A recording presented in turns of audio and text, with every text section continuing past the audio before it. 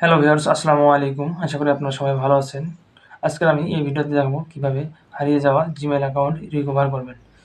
তার আগে আপনারা যদি আমার এই চ্যানেলে নতুন হয়ে থাকেন, অবশ্যই চ্যানেলটি সাবস্ক্রাইব করবেন এবং পাশে থাকা বেল আইকনটি অন করে রাখবেন, যাতে করে আমার পরবর্তী ভিডিওগুলি সবার আগে আপনার কাছে পৌঁছে যায়।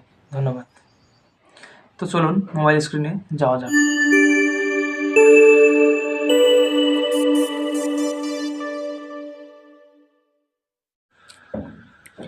মোবাইল স্ক্রিনে আসার পর আপনি সর্বপ্রথম যে কাজটি করবেন, আপনি যে কোনো একটি ব্রাউজার ওপেন করে নেবেন।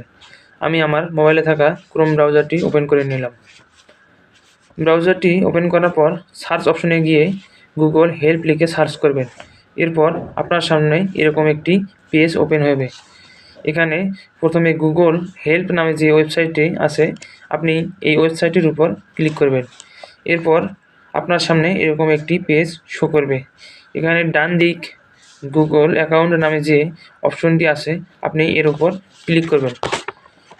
এরপর আপনি নিচের দিকে একটু স্ক্রল করে যাবেন, গেলে দেখতে পাবেন how to recover your Google account or Gmail. আপনি এর উপর একটি ক্লিক করবেন। এরপর আপনার সামনে এরকম একটি পেজ আসবে। এখান থেকে নিচের দিকে একটু স্ক্রল করবেন, গিয়ে দেখতে পাবেন someone else is using your account.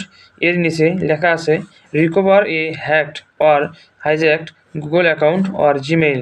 আপনি এর উপর ক্লিক করবেন। এরপর এরকম পেজ শো করবে। এখানে if you can't sign in এর নিচে অ্যাকাউন্ট রিকভারি পেজ লেখার উপর ক্লিক করবেন।